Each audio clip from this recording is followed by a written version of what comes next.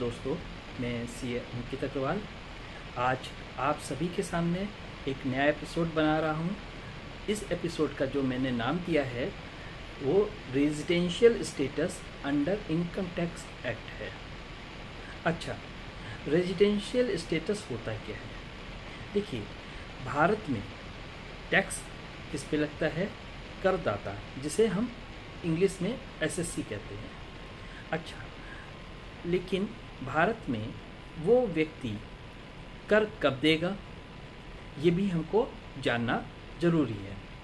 इसको जानने के लिए हम उसका स्टेटस देखते हैं। स्टेटस यानी कि रेजिडेंशियल स्टेटस।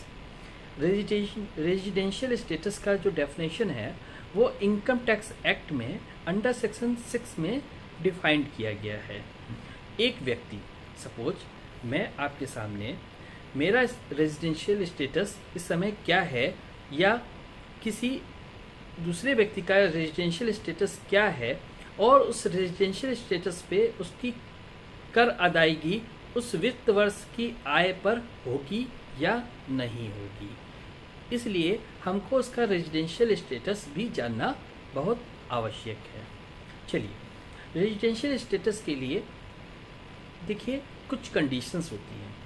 2 प्रिंसिपल कंडीशंस और 2 बेसिक कंडीशंस इसमें डिफाइंड की गई हैं। प्रिंसिपल कंडीशंस क्या है?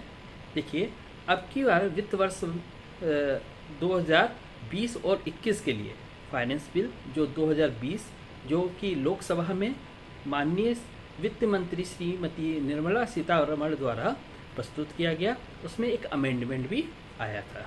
चलिए, अमेंडमेंट के साथ मैं आपको बताता हूँ। देखिए, प्रिंसिपल शर्तों में 2 बातें कही गई हैं, जो कि अभी हम पहले के हिसाब से चलते हैं और अमेंडमेंट को बाद में डिफाइन करेंगे ताकि आप लोग को अच्छे से समझ में आएगा। देखिए, प्रिंसिपल 2 शर्तें हैं कि एक व्यक्ति अगर भारतवर्ष में पूरे यानी कि 1 अप्रैल से 31 मार्च के बीच में टोटल कितने दिन रहना चाहिए उसको? 182 डेज। अगर वो 182 डेज रहता है, नंबर 1। नंबर दूसरी शर्त क्या है कि गत वर्ष यानी कि जो अभी हमारा 20 और 21 फाइनेंशियल ईयर 2020 से 2021 जो चल रहा है, इसके पीछे के 4 वर्षों में उसने 365 दिन 365 डेज वो भारत में रहा हो। ये 2 प्रिंसिपल शर्तें हैं। 2 एडिशनल शर्तें क्या हैं? अगर एक व्यक्ति पिछले 10 वर्षों में कम से कम 2 वर्ष भारत का रेजिडेंट एज पर इनकम टैक्स एक्ट में जो डिफाइंड किया गया है वो रेजिडेंट रहा हो। नंबर 2, वो पीछे के 7 वर्षों में 730 दिन भारत में रहा हो। ठीक है? अच्छा, तो उसे हम क्या मानेंगे? रेजिडेंट मानेंगे। चलिए, देखिए, 2 प्रिंसिपल शर्तें, 2 बेसिक शर्तें।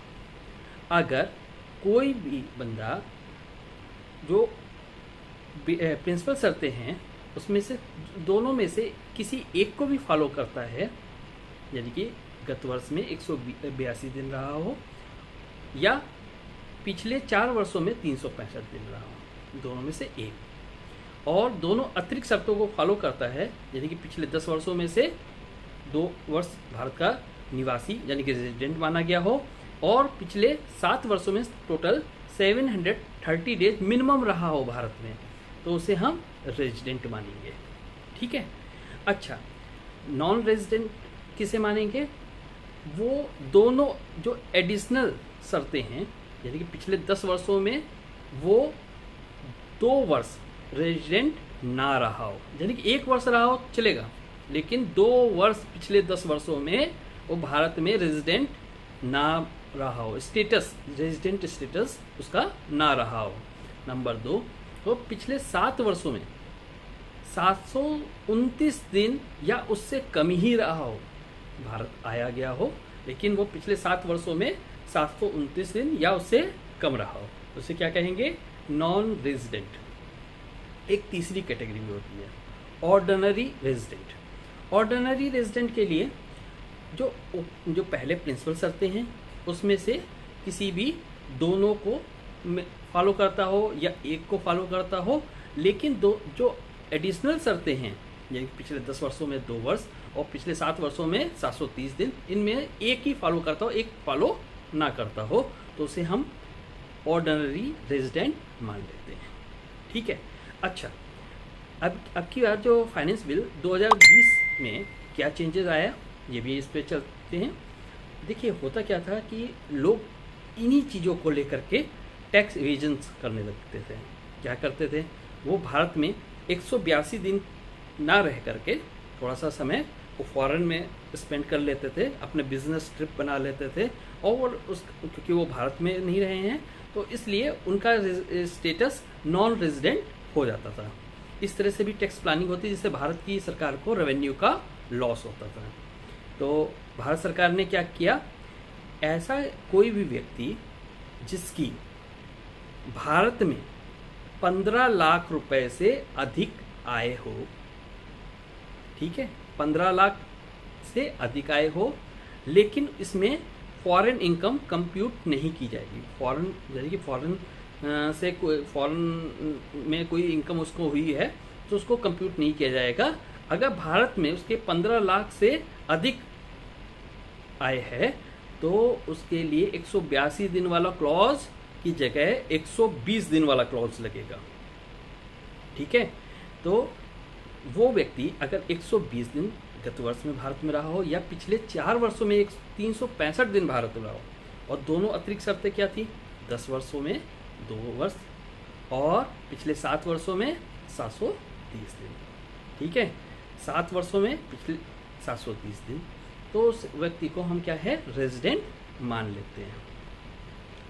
अच्छा, ये तो रेजिडेंट, ऑर्डिनरी रेजिडेंट और नॉन रेजिडेंट की डेफिनेशंस हो गई। अब बात आती है कि कौन कौन सी आय रेजिडेंट पे टैक्सेबल होती है, नॉन रेजिडेंट पे टैक्सेबल होती है इंडिया में, या ऑर्डिनरी रेजिडेंट पे टैक्सेबल होती है इंडिया में। चलिए बात करते हैं ऐसी आय, इनकम रिसीव्ड और deemed to be received in India.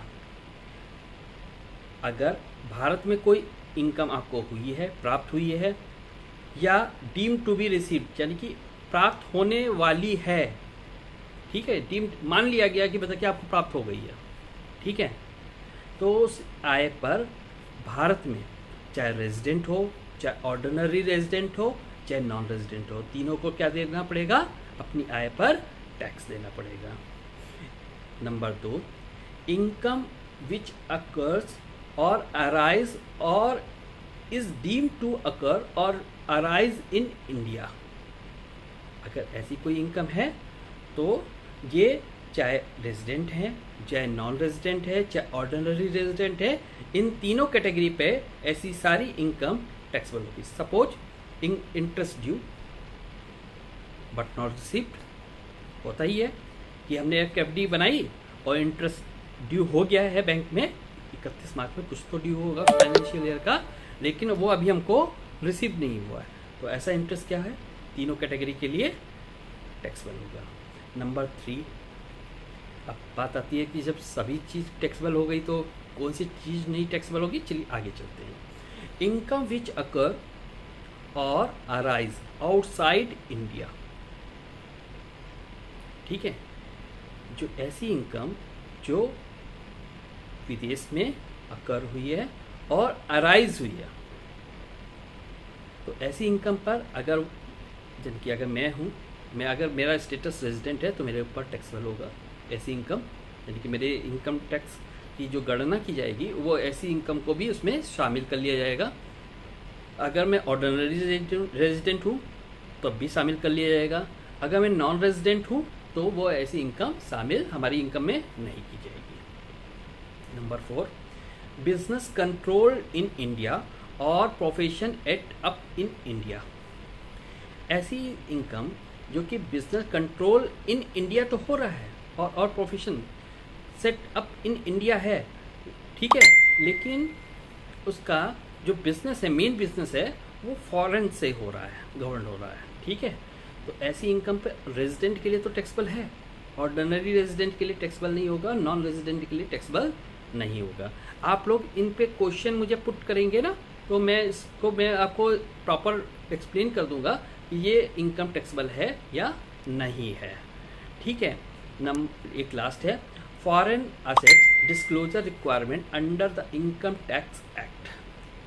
देखिए, foreign asset disclosure requirement under the income tax act, अगर ऐसी कोई इनकम है तो रेजिडेंट के लिए टैक्सेबल है, नॉन रेजिडेंट ऑर्डिनरी रेजिडेंट के लिए वो ऐसी इनकम टैक्सेबल नहीं है। ठीक है।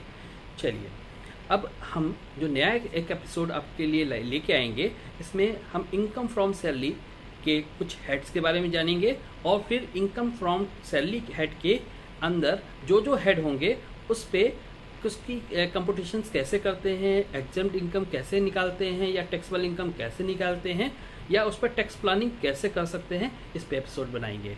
आज के लिए दोस्तों इतना ही। धन्यवाद। शुभ रात्रि। Good night.